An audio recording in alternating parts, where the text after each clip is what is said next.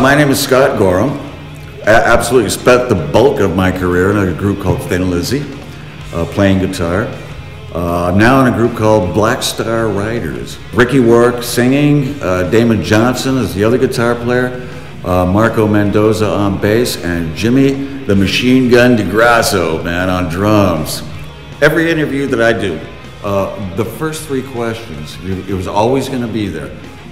When are you guys going to write new material, and when are you guys going to come out with a new album? Right? Last year, almost to this week, we started writing the new material, and we got about 4 months into it, and I started to feel a little uncomfortable about using the name Thin Lizzy, recording under the name Thin Lizzy, and Phil Lynott not being there. So I went to Brian Downey, the drummer, and I told him this, right? And he said, you know, I'm feeling the same way. And I've felt this way for a while. So I said, well, let's talk to Ricky and Damon and see how they're feeling. And they both felt the exact same way. So we were all feeling this, we were all uncomfortable about that fact. Really, we figured out that we are going to have to stop Thin Lizzy at a certain point and then to start this brand new band. So that's what we did. We had one last tour with Kiss in Australia. The last show was going to be in Brisbane, and that's it. That's the cutoff point right there. From that last show in Brisbane, that's when we became the new band. Now we're in a situation where we don't have to write as if you're in Thin Lizzy. You know, if we were going to do an album with Thin Lizzy, pretty much the whole album would have to be, there's a certain path you have to take, there's a certain way you pretty much must do it. You've got to use harmony guitars in every song kind of deal. We're now with Black Star Riders, since we're freed up from that kind of pressure, now we can kind of write in any direction we want to, you know. Well, let's take the song off to the right, let's go off to the left, we can kind of do anything we want to. We can use this kind of instrumentation and it's all okay. There's like a sense of freedom now. Not that it was, you know, bad playing the Thin Lizzy stuff, because we all loved doing that. It's just when you're carving out a brand new thing, it's nice to have that freedom. Everybody in the band writes. That's why I knew that we were going to be able to come up with a good album, because everybody in the band is a really good songwriter. Ricky Warwick, he's the singer, and he's just a kick-ass lyricist. So he was always going to be the guy who was going to do all the lyrics. I mean, this guy has lyrics for days and days. I mean, it's like I would pull out, hey, Ricky, what do you think of this? I got this riff, what do you think? And you go, I got a lyric for that. He's constantly writing lyrics, you know, he's constantly writing stories, and they're all in like these poetry forms. So he, you know, alone, single-handedly made this whole process very easy. For anybody who actually writes songs, you know yourself that the lyric part of the song is going to be the hardest bit.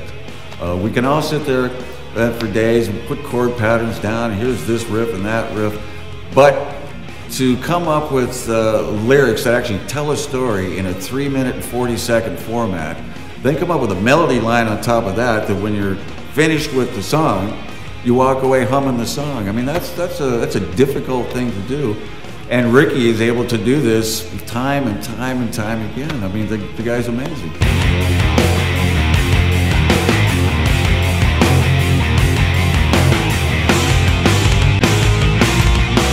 Since I was about that big, I've always just loved listening to music, and the thought of being a part of a band that actually makes music has always been kind of my first love.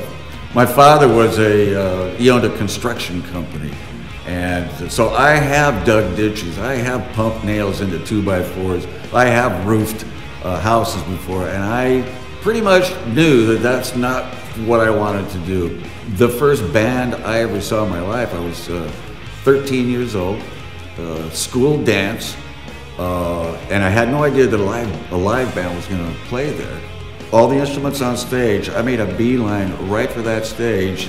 The guys walked on and started playing, and I didn't move an inch the whole night while those guys were on, because I was so intrigued with how do those guys do that? How do they make that great sound come out of those, were they speaker boxes up there? How did they learn how to coordinate themselves together to turn all this stuff into songs? It was like this whole mystery for me.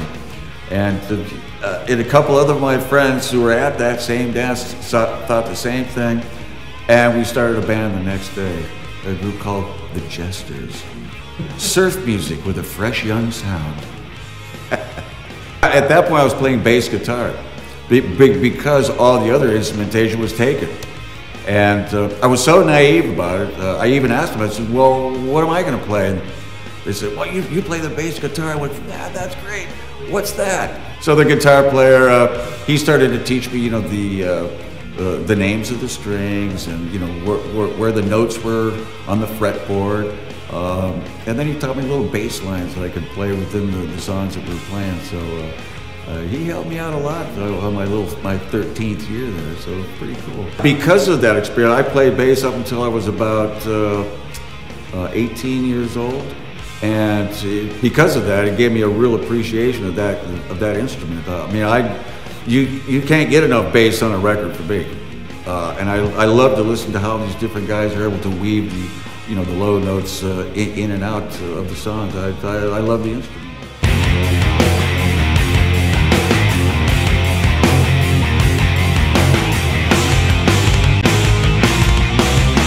The bulk of the material was written on the road. Because that's where we are all the time, and that's really the only chance we get to have with each other. It's the only time we're actually in the same room as each other is when we're out on tour. So these were they're written in hotel rooms,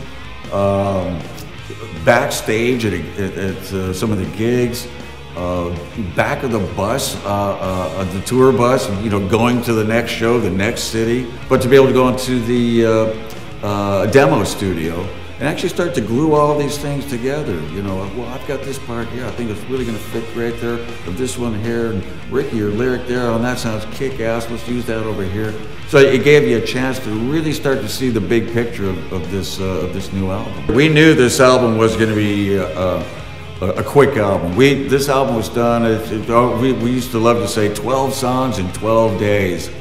And that was actually quite a shock to the system. I don't think any of us had ever done an album that quickly.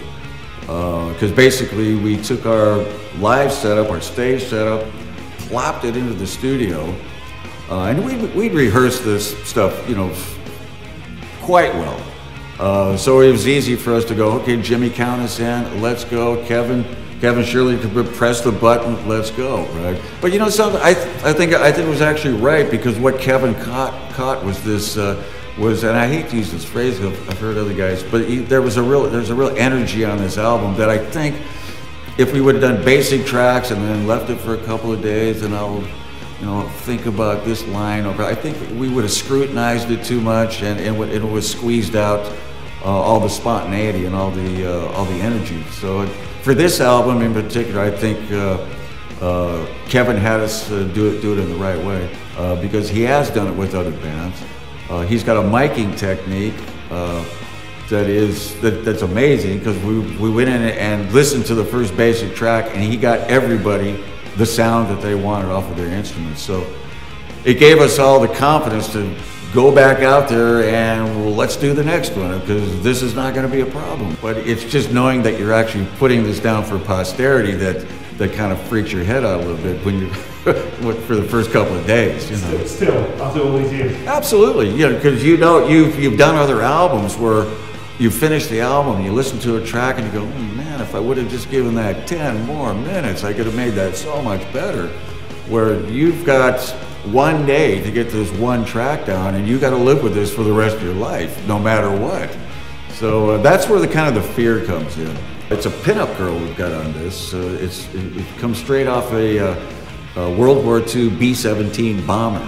Ricky saw this on a documentary, and he actually saw the title, All Hell Breaks Loose, and it just popped out at him as a great phrase. It kind of explains what the band's all about, the kind of music that we actually wrote, the feel of this album. So that was an easy one to come up with. I know we've got a couple of festivals in Germany. We're doing Sweden Rock, going to the US for a tour over there. A couple of big festivals in Japan that they're trying to get us on. And then in October is when the Black Star Rider tour begins in earnest. It's our own tour. It'll be all the way through the UK and all the way through Europe. Yeah, we do a tour, and then we tour again. And then we tour again after that. You know, it's something I really wanted to do. Like I say, ever since I was a kid, and it's a way of life you just become accustomed to. It's almost like you don't know anything else. If you were to say, Scott, you've got to come off the road here, you're never going to tour again, I have no idea what the hell I would do. I don't even know what a hashtag is.